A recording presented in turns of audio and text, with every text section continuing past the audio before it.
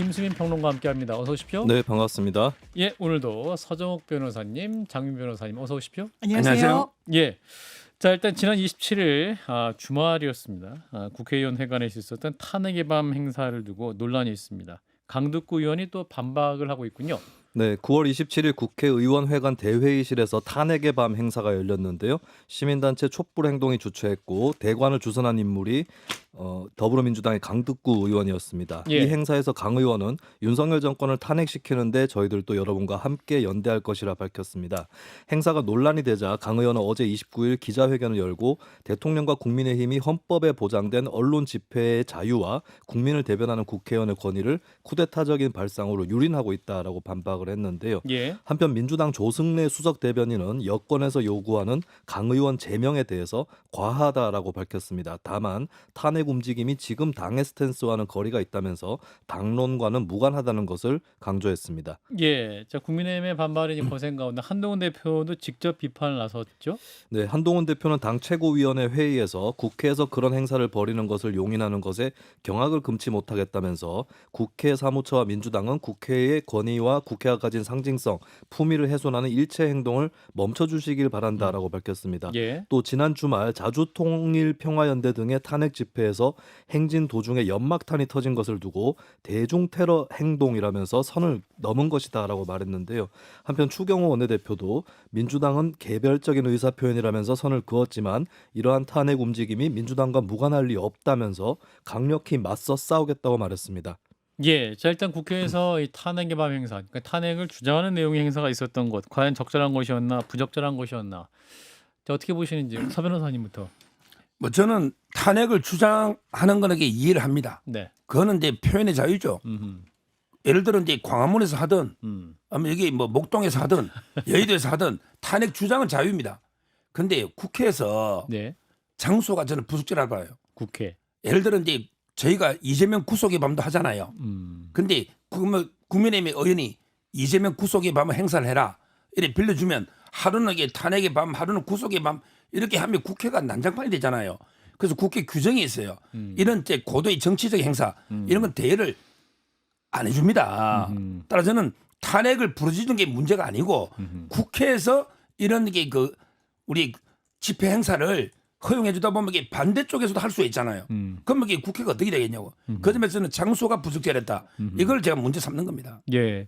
일단 뭐 국회 사무처에서 허가를 했기 때문에 이제 이렇게 행사가 이루어진 것 같긴 한데, 자 장 변호사님 어떻게 네. 보십니까? 이게 일단 그 사무처에 신고 비슷하게 하긴 하는데 뭐 제약을 실제로 하진 않는다라고 하더라고요. 예. 이제 의원이 하면은 그 물론 단서는 뭐 지나치게 뭐 명예훼손성 성격이 있다거나 이러면 이제 제약을 한다는 규정은 있지만 이제 실질화되어 있지는 않은 것 같습니다. 전 다만 이 이제 행사에서 이거는 민주당이 주관한 건 아니고요. 시민단체가 이제 국회의원회관에서 행사를 하는데 그러려면 의원이 그거를 이제 주선을 해줘야 되다 보니까 강덕구 민주당 의원이 한 것이고 예. 그 자리에서 나왔던 발언들이 뭐 올해 안에 뭐 탄핵을 하겠다 이런 과한 측면이 있죠. 또 이제 짚어주신 대로 국회라는 상징성을 무시하고 이렇게 떼놓고 생각할 수는 없다 보니까 이게 불편하신 분들도 전 계셨을 거라고 생각합니다. 다만 이제 탄핵이란 말이 너무 가벼워졌어요. 이건 엄중한 겁니다. 그런데 이 가벼움을 세간의 탄핵이라고 말을 해도 뭐 낯설거나 민주당이 역풍을 맞거나 이런 분위기는 최소한 아닌 것 같아요. 그 잘못을 점검에 들어갔을 때 이게 누구의 잘못인가? 이건 윤석열 대통령이 정말 반성해야 될 부분인 겁니다. 강덕구 의원이 이렇게 했다는 건 어떻게 보면 좀 지연말단적인 부분이에요. 그런데 이제는 탄핵이란 말이 굉장히 유포가 되고 누구 입에서 오르내리더라도 크게 어색하지 않은 이 상황. 대통령이 안 바뀌고 있기 때문이에요. 강서구청장 선거부터 총선까지 그리고 역사가 우리 정부 옳은 길을 가고 있기 때문에 평가할 거라고 합니다. 국민들이 그렇게 생각하고 계십니까? 지금 국민들의 평가는 안 중요합니까? 그러니까 이런 일을 그냥 계기로 집권하고 있는 정부라면 반성의 계기로 삼아야 된다고 생각합니다. 예. 자, 뭐 이제 추경호 원내대표는 이 민주당이 개인 의사라고 했지만 민주당과 무관할 리 없다 또 강력 비판을 하고 있긴 합니다만 김수민 평론가는 관련 논쟁 어떻게 보고 계시는지. 네. 예. 일단 뭐 현재로서는 민주당이 당론은 아니다라고 선을 긋고는 있는데 그런데 또 한편으로는 뭐 그 당론에 맞지 않는 의원에 대해서 어떤 조치가 있다거나 이런 건 아니기 때문에 예. 조금 이제 애매한 상태라고 볼 수는 있는 그런 상황인 것 같고요. 그런데 이제 다만 현재 또 논란이 되고 있는 건 이제 탄핵이 옳은가 그른가의 문제 이전에 이제 국회의원 일부가 탄핵을 주장하는 것이 이제 국민 일각에 있는 여론을 대변하는 것은 아닌가. 그리고 이제 국회 장소는 그걸 위해서 쓰여질 수는 없는 것인가. 뭐 이런 좀 뭐 다원성이랄까요. 어디까지 제한할 수 있고 어디까지 용인할 수 있느냐. 이 부분에 대한 논쟁이 조금 더 현재로서는 더 당면한 쟁점이 아닌가 그렇게 보여집니다. 그렇다면 맞불 성격으로 이재명 구속의 밤도 허용할 수 있다. 제가 이제 방송에 다른 데 출연을 하면서 그런 얘기들이 나올 때 이제 예. 민주당 패널 분이 허용될 수 있는 거 아니냐 이런 얘기를 하시더라고요. 아, 민주당 패널이. 네, 그래서 글쎄요. 사실 같은 잣대로 보면은 뭐 국민 일각에 있는 목소리라고 한다면 그것이 뭐 폭력적인 어떤 행사로 점철되지 않는다면 허용해줘야 된다는 논리로 이어질 수도 있는데, 근데 과연 그러면 이제 반대 진영에서 그러한 시도를 할 것인지, 또 그때는 민주당이 그런 잣대에 의해서 판단을 할 건지, 이 부분도 좀 뭐 아직까지 벌어지진 않은 상황인데 궁금한 대목이긴 합니다. 벌어질 수 있을 것 같은데요. 지금 서 변호사님. 그러다면요 구속의 밤뿐만 아니라 뭐 예. 예를 들어 동성 연애자들도 뭐 집회를 많이 하잖아요. 예. 우리 사회단체들이 다 국회 좀 빌려달라 하면요. 시에 그게 다 시위잖아요. 집회나. 따라서 이게 그러면 국회가 어떻게 제대로 이게 국정을 논의하는 안 되잖아요. 예. 따라서 이제 다른 장소가 없습니까? 굳이 그 국회 대회의실을 빌릴 이유가 없잖아요. 그거는 저는 국회의원들이 정말 국정을 논의하는 이런 데 역할을 했으면 좋겠습니다. 알겠습니다. 자, 이어서 오늘 오후 이재명 대표 위증교사 혐의에 대한 검찰의 1심 공판이 있었습니다. 일단 이재명 대표가 법정에 들어서기 앞서서 했던 발언이 있습니다. 그 장면을 듣고 이어가겠습니다. 나는 일본 사람 아닙니다. 이럴 때 아닙니다를 떼내면 내가 일본 사람이라고 말한 게 되겠죠. 대한민국 검찰이 이런 식으로 법을 왜곡하는 것은 범죄 행위입니다. 친위 쿠데타지요. 야당을 말살하려는 이런 폭력적인 행위를 절대 용서해서는 안 됩니다. 총칼이 본인이 이제 영장을 든 검사로 바뀌었습니다. 총칼로 나라를 어지럽히던 군사 독재 정권이 물러간 지가 수십 년인데 이제 다시 영장을 든 검사들이 검사 독재 국가를 만들고 있습니다. 예, 자 이재명 대표의 오늘 법정에 들어가기 전에 발언이었습니다. 영장을 든 검사들이 이제 검사 독재 국가를 만들고 있다. 자, 이런 가운데 검찰이 이재명 대표에 대해서 징역 3년을 구형을 했죠. 네, 서울중앙지법 형사사비 33부는 이재명 대표의 위증교사 혐의 1심 결심 공판을 열었는데요. 이 대표는 2018년 경기도지사 선거에서 과거 검사 사칭 사건과 관련해 허위 사실을 공표한 혐의로 기소되었다가 무죄 판결을 받은 바 있습니다. 예. 그런데 검찰은 백현동 사건 수사 도중에 과거 선거법 재판에서 증언을 했던 김병량 시장의 비서 김진성 씨가 이재명 대표와 통화한 내용이 담긴 녹음 파일을 발견했는데요. 검찰은 이 대표가 자신에게 유리한 진술을 해달라고 위증을 교사했다고 보고 기소를 했습니다. 반면에 이 대표 측은 기억나는 대로 말해달라고 했을 뿐이라고 반박해왔는데요. 오늘 최후 진술에서도 검찰을 향해 법을 왜곡한 범죄이자 친위 쿠데타를 일으켰다라고 비판을 했습니다. 검찰은 이 대표가 사법부 판단에 극심한 혼란을 일으켰다면서 징역 3년을 구형을 했고요. 함께 위증 혐의로 기소된 김진성 씨에게는 징역 10개월이 구형됐습니다. 선고 공판은 통상 결심 공판 이후에 한두 달 내로 선고가 이루어진다는 점을 고려하면 이르면 10월 말이나 11월 초쯤에 열릴 것으로 전망이 되고 있습니다. 예, 이르면 10월 말 혹은 11월 초 이렇게 될 것이다. 자, 일단 징역 3년 검찰의 구형이었습니다. 자, 오늘 검찰의 구형 어떻게 보셨는지 서 변호사님부터. 검찰이요. 나는 일본 사람 아닙니다 해서 아닙니다를 이렇게 뺀 적이 없어요. 그거는 제가 절차를 말씀드리면 처음에는 이제 공소장 하나만 딱 내야 돼요. 예. 이걸 공소장 일본주의랍니다. 이때는 이제 딱 범죄 혐의만 적어요. 그 30분 녹취를 다 적을 수는 없잖아요. 그때는 이제 이재명 대표한테 불리한 것만 적겠죠. 근데 다음에 증거를 낼 때 녹취록은 어떻게 내느냐 하면 녹음 파일을 CD에 해가지고 제출하고요. 그다음에 이걸 속기사가 다 그대로 쳐요. 여기에 조작이 들어갈 수가 없잖아요. 왜 녹음 파일 원본을 CD로 내고 그다음에 이걸 서류로 만들어서 이게 두 개를 다 내요. 예. 그래서 이번에 법정에서 증거 조사할 때 30분 다 털었어요. 그러니까 검찰이 아닙니다라고 뺀 적이 없잖아요. 저는 뭘 뺐다는 건지 30분에 전체 분량을 다 들었다. 이 말씀을 드리고요. 예. 그다음에 우리 위증 중에 대부분은요 주관설이에요. 기억나는 걸 안 난다, 안 나는 걸 난다. 이게 주관적인 위증이라는 거예요. 객관적인 팩트가 중요한 게 아니에요. 객관적 진실과 부합하더라도 주관하고 기억이 다르면요 위증입니다.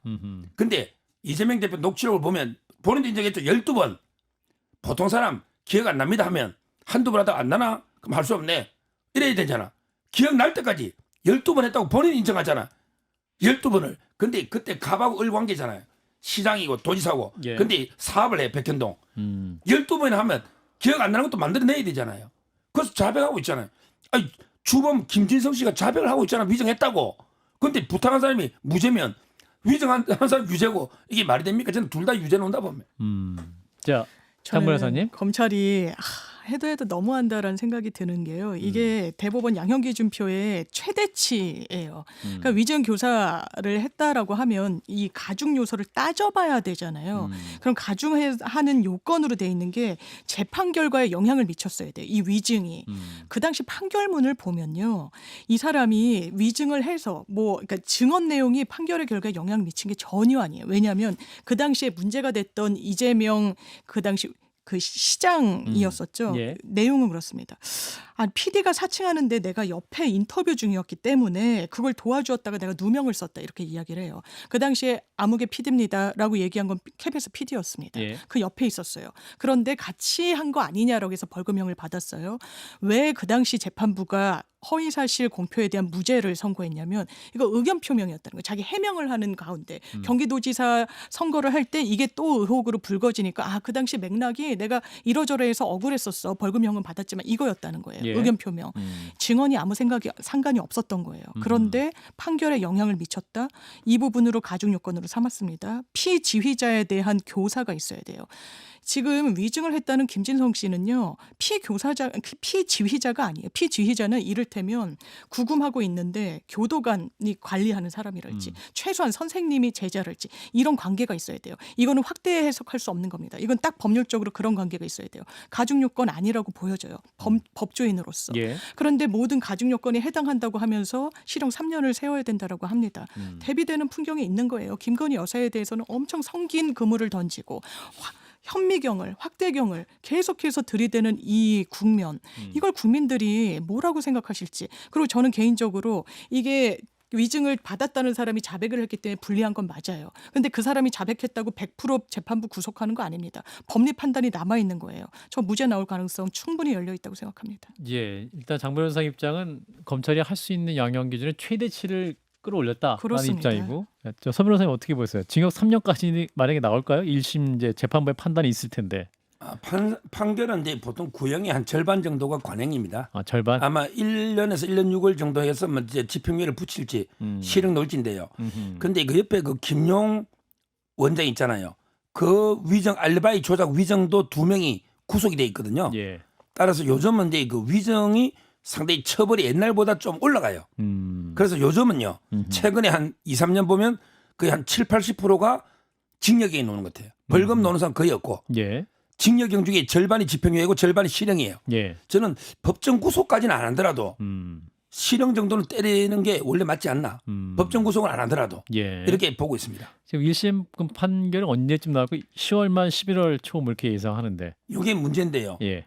선거법이 이게 원래 순서대로 하면 선입선출 9월 20일 종결은 선거법이 먼저 가야 되는데 예. 그게 11월 15일로 한참 뒤로 갔잖아요. 그렇죠. 그럼 이거는 간단하거든요.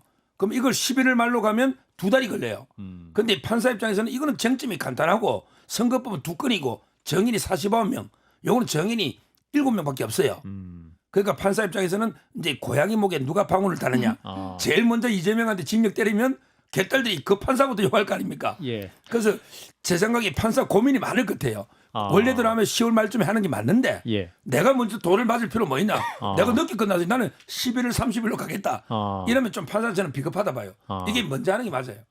맞는데 뒤로 가면 좀 비겁하다 봐요. 뒤로 갈 수도 있겠다. 이재명 목에 누가 먼저 방울을 달 거냐 이것도 판사들은 고민이 되잖아요. 그런 건 실제로 고민 요소가 돼요? 되죠.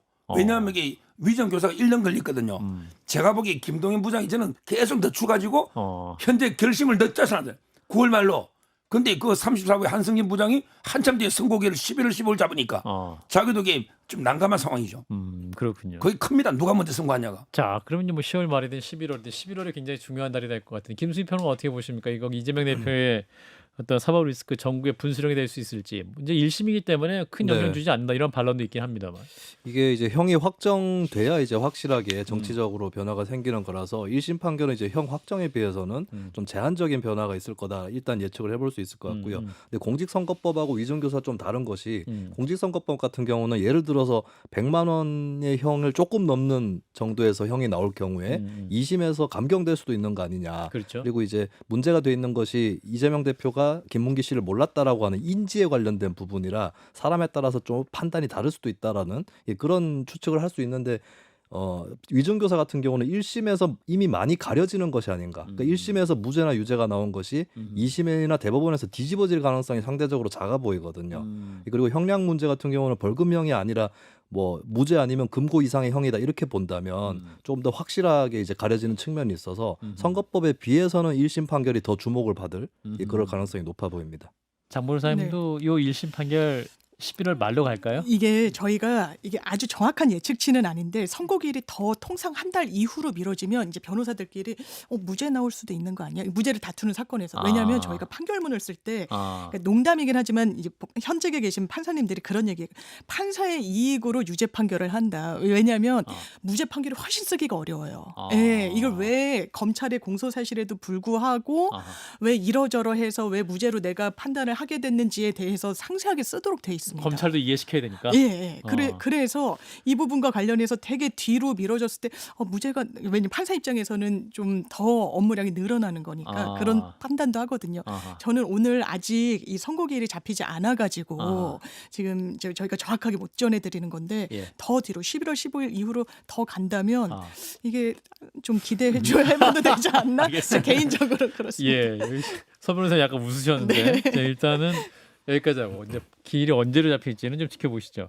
자, 리얼미터 오늘 결과가 나왔는데 대통령과 여당 지지율이 발표가 됐습니다. 그런데 리얼미터가 이제 이번 정부 들어서서 한 수치로는 역대 최저치가 나왔다는 거죠? 네, 리얼미터가 에너지경제신문 의뢰를 받아서 지난 23일부터 27일까지 성인 2,507명을 상대로 실시한 여론조사 결과인데요. 윤 대통령의 국정수행에 대한 긍정평가 비율은 일주일 전보다 4.5%포인트 하락한 25.8%였습니다. 리얼미터 기준으로 윤석열 정부 이래 역대 최저치였고요. 부정평가는 전주 대비 4.6%포인트 오른 70.8%로 부정평가가 70%를 넘긴 것도 이번이 처음입니다.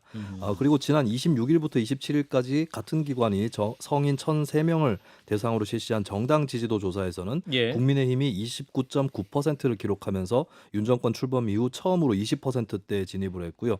민주당은 43.2%를 기록을 했습니다. 이 두 조사는 모두 무선 97%, 유선 3% 자동응답 방식으로 조사를 했고 대통령 지지율 조사의 경우 표본 오차는 95% 신뢰 수준의 플러스 마이너스 2.0%포인트고 정당 지지율 조사는 표본 오차가 3.1% 플러스 마이너스에서 3.1%포인트입니다. 자세한 사항은 중앙선거여론조사심의위원회 홈페이지를 참조하시면 되겠습니다. 예, 저 이번 지지율 수치 어떻게 보시는지 일단 뭐 보수신문에서도 이 대통령의 지지도 굉장히 중요하다라는 칼럼도 잇따라 나오고 있습니다만 서 변호사님?